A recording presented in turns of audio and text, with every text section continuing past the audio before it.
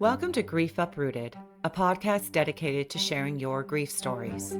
Together, we embark on the mystery of one's grief journey as they learn to live, heal, and be courageous in a world rooted in trauma. Join myself, Christine, in an open discussion to help you uproot the grief in all our lives.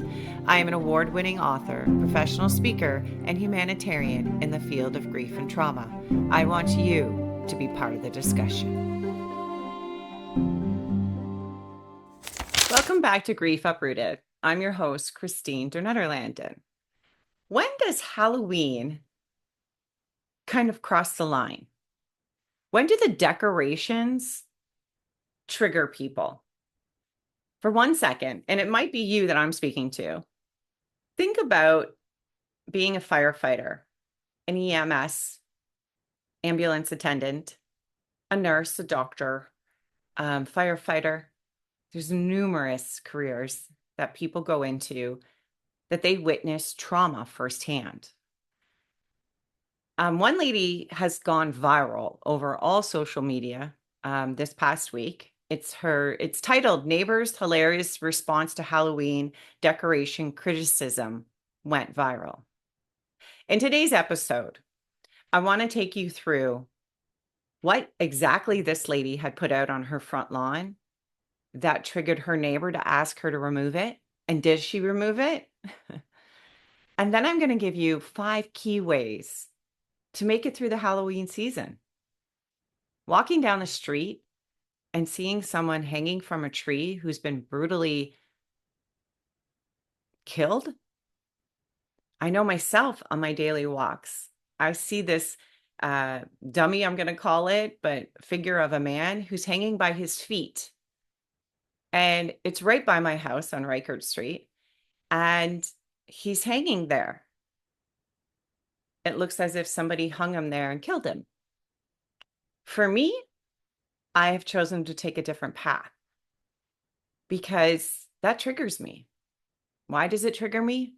Because I've heard stories on Grief Uprooted and witnessed people's trauma that these displays of decoration may be there to scare us and creep us out, but for some people, they're real.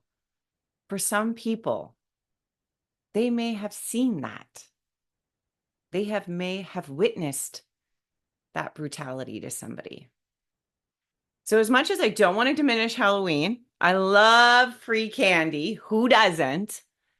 I'm going to help you in this episode navigate your way through Halloween when you're taking your children out, or you're just driving around, or you're just witnessing these decorations and wondering how to put it or where to put it and how to deal with it. So let's go. Let's go find out if the lady actually takes her decorations down or if she fights it. So the lady, does she take down her decorations? And what exactly were her Halloween decorations? If you Google this, I think you may understand why the neighbor asked. It actually looks like a full body that is in a seating position and belted up and tied, and she dug a huge hole in her front yard and placed the dead body in the front yard. When you read the article, the lady who does the Halloween decorations, she states her whole family knows she loves Halloween. It's her favorite season or favorite holiday. And she had just went out and bought an actual casket and had 2 skeletons carrying the casket. So her neighbor comes over and says this is just too disturbing for her, that she can't handle it. There was another incident in the news where a gentleman did a Stranger's Thing, the TV or the Netflix series Stranger's Thing. Ask a teenager or preteen in your life, they'll know exactly what it is. And he did a scene where the one girl, Max, in the series is a redhead floating in the air. And it was so authentic looking that people were complaining and saying it looks like somebody's hanging themselves, and it was disturbing. So a lot of the decorations, I guess a question to you would be, do you think they're going too far? Do you think people are oversensitive to the holidays? Um, yeah, that's kind of a question that an individual has to answer. For myself, I don't enjoy seeing people hung. I don't enjoy seeing dead bodies laying around. So, yeah, I much prefer if we're going to use skeletons or if the decorations, such as a graveyard, things like that. But when I see actual bodies that look so real, um, I have to take a different path when I'm walking. It kind of triggers me. And later on, we're going to talk about 5 ways to kind of help yourself through this. But I also want to take you back to what it is like to experience PTSD when somebody has experienced trauma in their career. So we're going to particularly look at police, firefighters, EMS, ambulance attendants, um, even ER, emergency rooms often. They're seeing traumatic events. They're being a police officer and going into a situation where someone has hung themselves or someone has been murdered. These are all things that are super triggering. As much as the mind tries to block that off, it is still there in the unconscious mind. And this is where a lot of the dirty moments, I have coined it, triggers come from. So you could be taking your children out for Halloween and walking down the street and all of a sudden seeing this. You consciously do not realize that you're being triggered. Often we'll see something, not understand why our body is reacting a specific way and why we're uncomfortable. And then all of a sudden, you start to respond. It takes you back to that memory. And you may see the memory for a minute. You may be able to push it away and go, okay, I don't see it. I'm going to let it go, and keep yourself moving. But ultimately, this is causing this heavy anxiety within yourself. And I think the other part of that is how uncomfortable is it to say to your friends or to your neighbor, this is triggering me? This isn't something we talk about. Grief Uprooted. So many times I enter a room and people are like, oh, you're the host of Grief Uprooted. And some people will come up to me and start talking about my guests. Some people back up as if, oh no, she's going to talk about grief. Oh no, she's going to start talking about, grieving and dead people and I will not unless you want to. And I love the topic, but that makes people uncomfortable. So isn't it interesting to think in society, this very thing that makes us uncomfortable, the Day of the Dead, we're splashing it all over our city. Think about it for a second. You don't want to talk about grief. You don't want to talk about dead people. You don't want to talk about all the trauma in the world. But we choose one day to splash all this horror all over our city and then tell our children to go walk through it and get candy. I don't have any words to that, except what a bizarre holiday. It really is. It's a lot of fun to get dressed up. It's a lot of fun to get free candy. It's a lot of fun to go out with your friends. We all do it. But my question to the general public is, then why do you walk away from grief? Why do you walk away from the very thing you're displaying on the street? Are you saying when traumatic things happen, just throw a little sugar in and you'll feel better? The history of Halloween is to celebrate the souls, to celebrate those who have died. And displays of it definitely show how people die. Some people die horrific ways. And some people do a display of a graveyard, which is a place where we honor our dead. Halloween is a tricky one. It really is. It's a hard one to explain to your children also. But it's one we engage in, we love. But if you're that person who's triggered by Halloween, are you taken serious? In the article, the lady who put out the dead body, where she dug this massive hole, shoved in, I'm looking at the picture right now, shoves in this man, obviously a dummy, but it looks like a real man sitting into the hole, and then has a casket next to it. And in the photo, there's actually two police officers who are smiling, and they're looking down at it and going, yeah, it's not real. She does. She does take it down.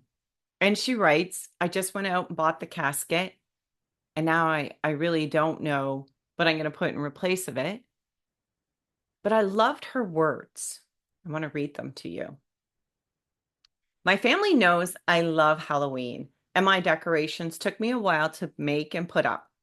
I had just purchased the skeleton carrying the casket to go along with my graveyard to really set my Halloween decor off this year. I was a little sad at first, but I thought about the bigger picture. Me removing my casket isn't hurting me at all, but it may ease and bring my neighbor a little bit of peace as he adjusts to this news. Kindness is free. Compassion goes a long way. Now what do I replace it with? She went out and she removed it. She knew that this could possibly be triggering somebody. And I love that she chose kindness and compassion. And it went viral because she didn't make a fight of it. She was able to see the other person's perspective. But what do you do when you understand that this is a traditional holiday? This is what happens in society. And how do we then navigate ourselves around this? How do we navigate ourselves around the horrific decorations, the scary noises you hear, and then dressing your children up and taking them out to the street to get candy that might carry a razor blade, that might be poisoned? And you have to go through all that to make sure everything is okay. The more I talk about this, the more I think this holiday is a wee bit bizarre, considering nobody wants to talk about death or grief. But boy, oh boy, do we on this holiday. We encompass it. And we're really displaying what can happen in life, but we're removing ourselves from the emotions. That's why people can go do this in their front yard. And if we were really to take it deeper, and I know this is sometimes a bane in some of my friends' sides because they want to go see horror films, I can't do them. And sure, I can do something that is kind of outside the box. Zombies, not real. I can do a zombie film, but watching somebody brutally be killed, that's a possibility. I don't want to watch a reenactment of something that could really happen in life. It's disturbing to me. And I've heard so many stories surrounding traumatic death that this isn't something I don't want to watch. It's not something I want to witness and cause myself to be re-triggered by listening to that individual's story and seeing the pain that it caused to that human being and the misunderstanding within them as to why their loved one was murdered or traumatically killed. It's a tough one. It really is.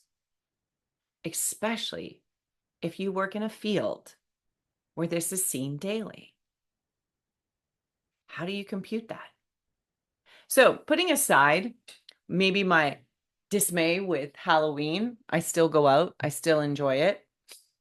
I do enjoy walking around, talking to people, and getting candy. And I like dressing up. But I'm well aware of the impact this day has on those who actually live traumatic events, for those who actually aid and care for those who've been tragically affected, either by witnessing a murder, either by having a loved one murdered, by watching someone be brutally beat. So many things. And I just want to add in animals because I know so many of you can relate to that. When we see a helpless animal suffering, it's traumatic. It sticks with you. You see it in your eye, in your mind's eye. And it's impossible sometimes to remove that. So anytime we witness something traumatic, Halloween can trigger it. It just can. And getting other people to understand that might be hard. You might feel like, well, if I say I don't want to walk down that street, I'm going to be like, oh, what a downer that person is. They don't even want to celebrate Halloween, or they have this crazy idea of Halloween. And that's not it at all. That's not it at all. It's just triggering, because what I'm seeing can actually become reality. And I think when we are looking at that, or we have friends who are like, hey, I'm not so keen on Halloween, we can show that kindness and compassion as that one lady did. That I get it. It's triggering. I get it.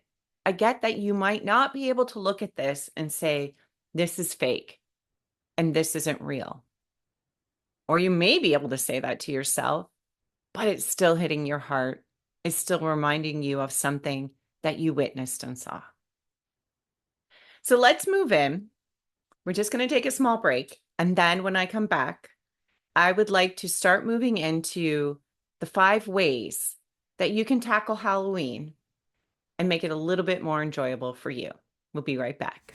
I just want to say thank you for liking us on Spotify, liking us on YouTube, Instagram, Facebook, however you're watching your podcast. I just want to say thank you so much for your support.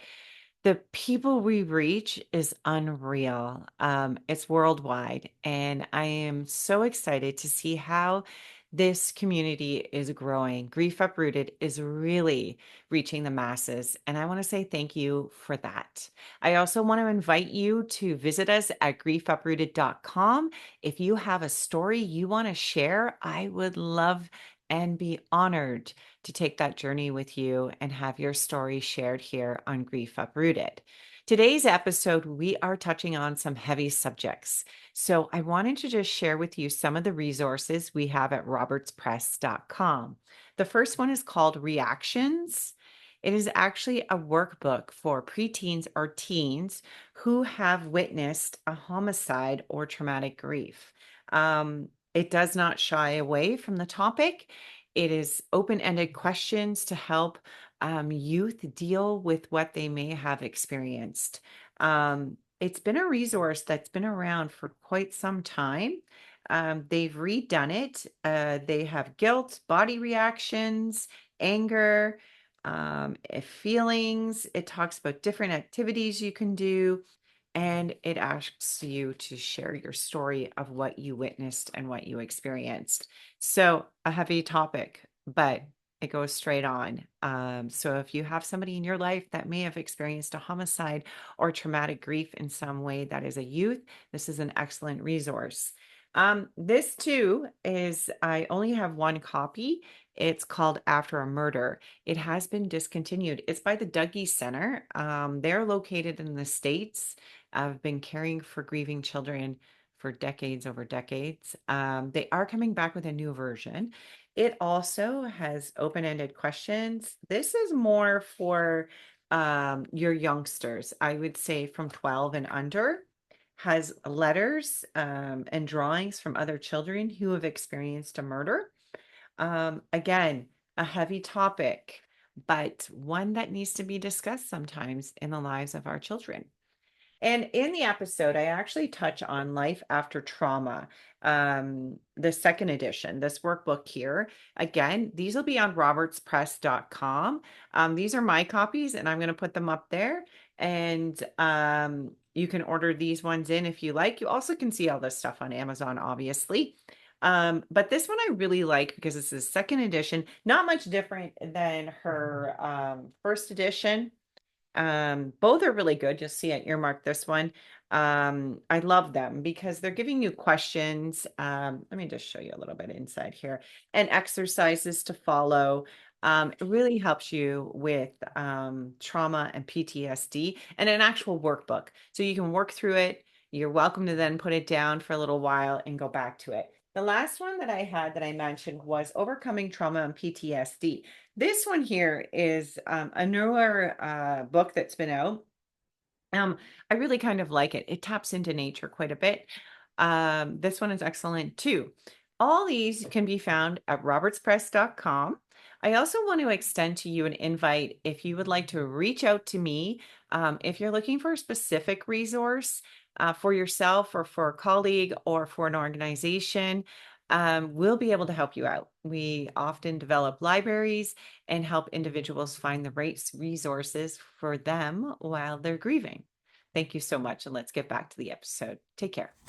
Okay, welcome back. So obviously I've given you my personal opinion on Halloween and how these decorations and how society is really embracing death in such a way that they're displaying it, but we don't embrace grief. I think we need to clarify why that doesn't happen. With Halloween, it is kind of a celebration of the dead. We are displaying and celebrating, the Day of the Dead. We all understand that. You watch the movie Coco by Disney, which I absolutely recommend and love. We are here to celebrate our dead and honor our dead. A graveyard is a place to honor our dead. Seeing somebody brutally beaten up or a dummy brutally beaten up and tied up and hung by their feet or hung by their neck, this is triggering to professionals who work in the field of police officers, firefighters, EMS, doctors, nurses. Could be anyone. It could be you, a loved one who may have witnessed a suicide or a traumatic death, a car accident, anything. And these decorations are triggering you. And so often we don't realize that that trigger's coming. We just think, okay, I'm going to celebrate Halloween. I'm going to go out. Or you could be like me. For days, I go on my walks and I actually avoid specific streets because I don't want to see the decorations. They trigger me. They make me kind of go, that's a reality. It really is. But what's the difference between we can display these decorations, but we don't want to talk about grief? There's one key thing: emotions. When it comes to Halloween, we look at it and we say, it's Halloween. We disassociate with our emotions. We disassociate with how that traumatic death or that reenactment that you're visualizing on someone's lawn affects you. We take our emotions and we say, oh, it's not real. Don't worry about it. We tell our children, oh, it's not real. Just walk through and go get the candy. We're disassociating that actually could be real in someone's life. They could have witnessed something like that. We don't know. But as somebody who may have not, you want to open up your perspective. You want to open up your mind and be understanding that may trigger somebody else.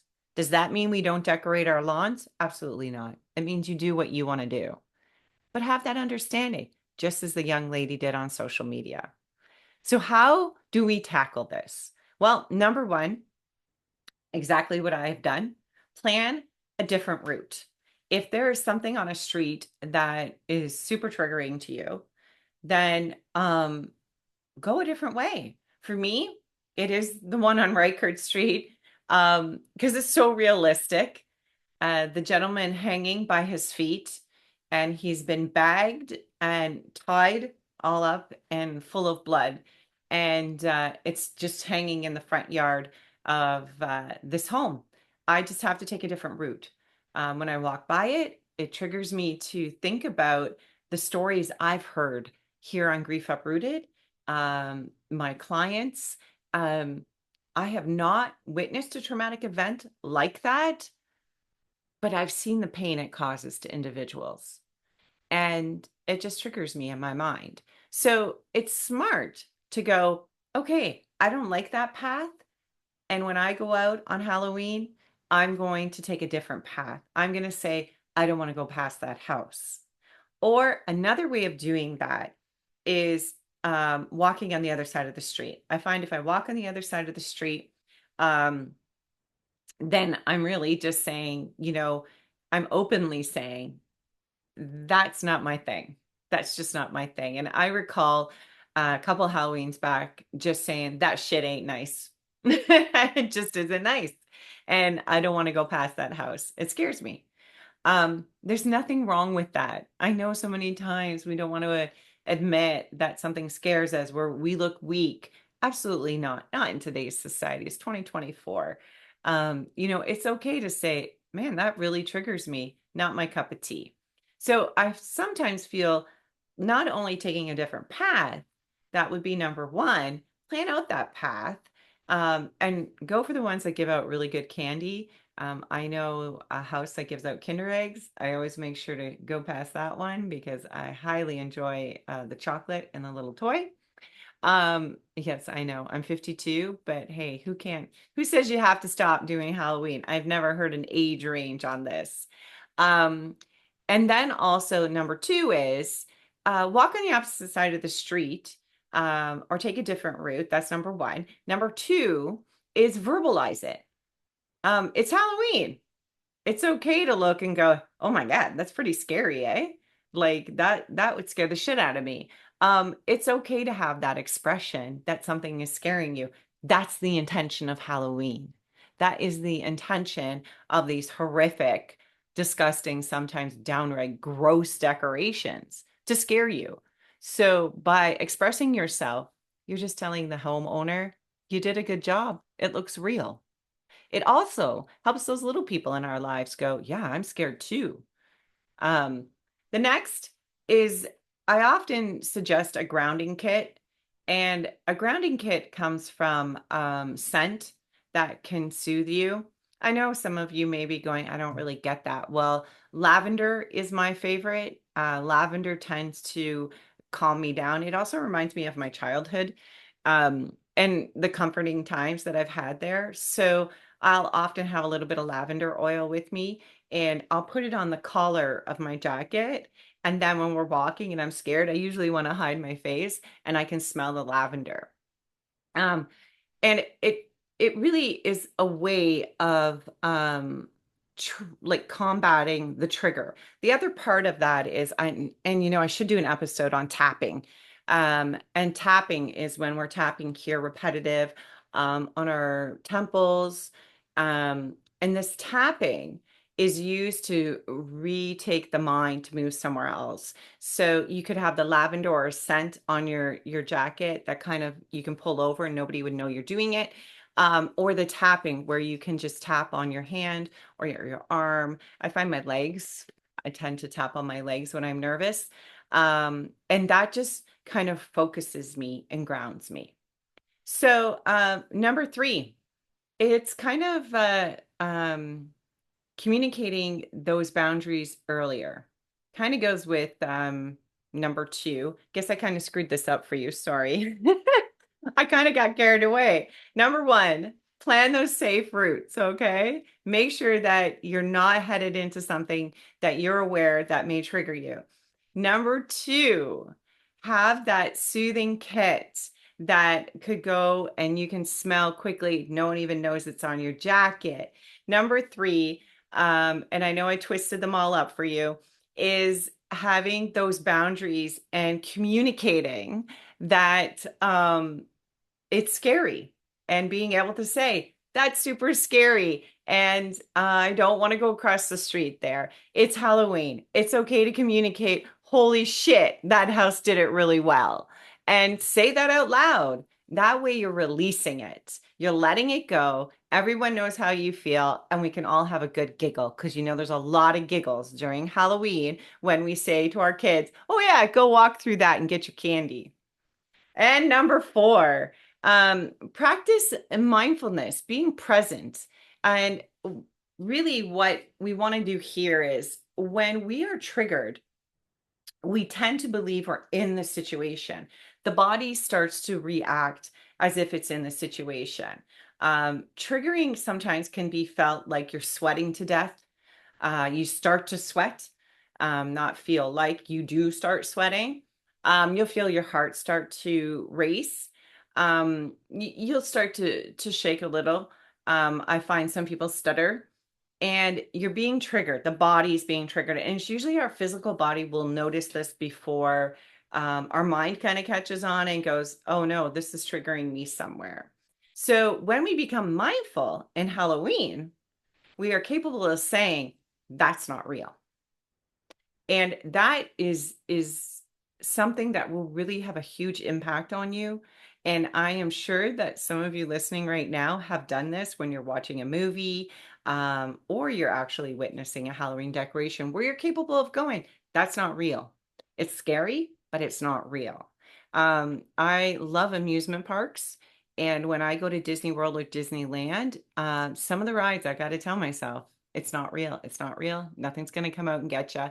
But at the same token, I love to immerse myself in imagination, and I really have an ability to really go with rides and go with movies as if I'm really there.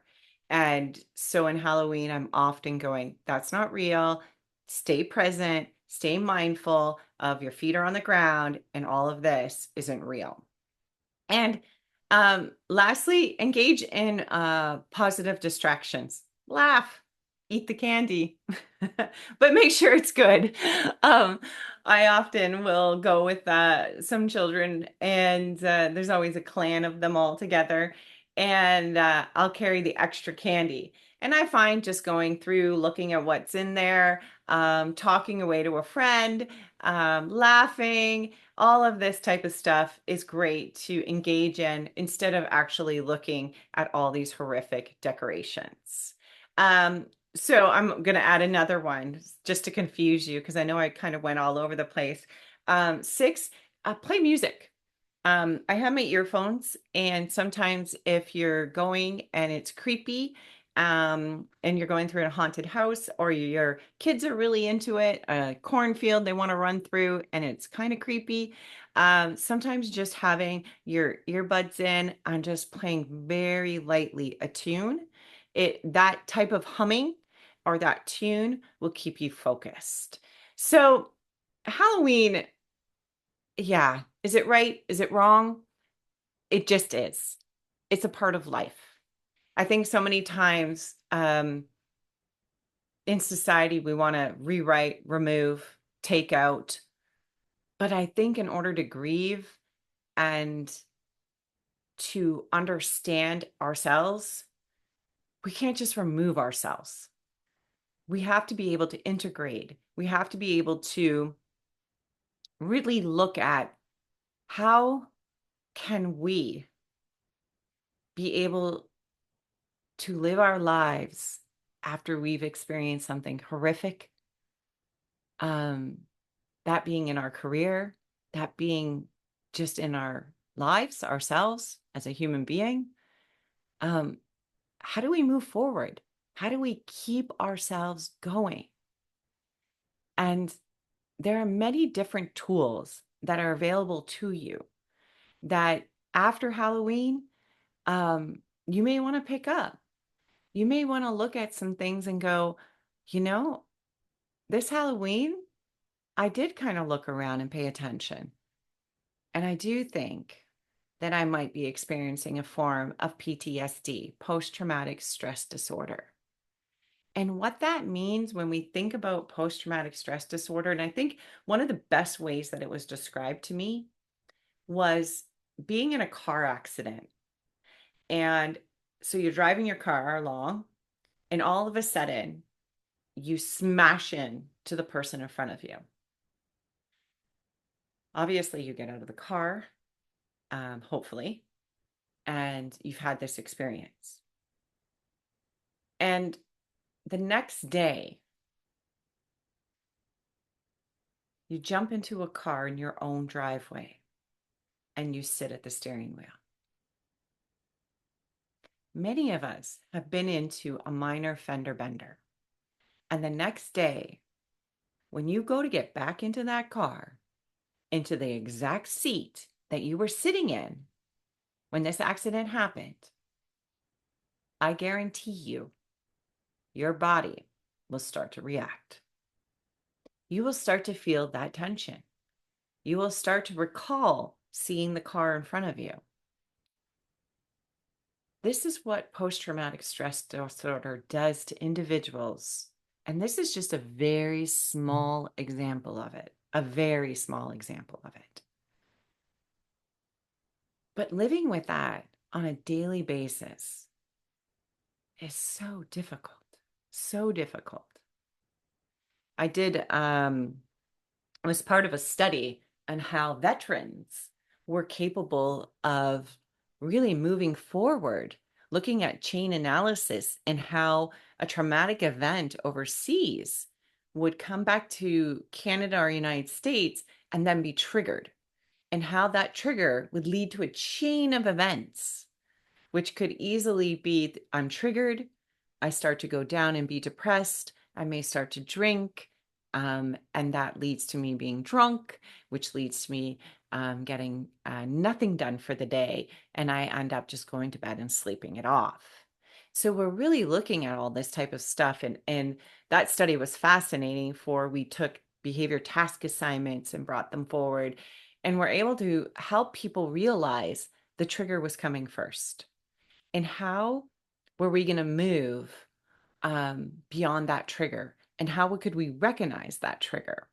And that obviously is for a whole other episode of Grief Uprooted. But for today's episode, I really just wanted to focus on bringing awareness to how Halloween could impact yourself, impact your neighbors, and the effects it can have on us. So in ending today's episode, I just wanted to share that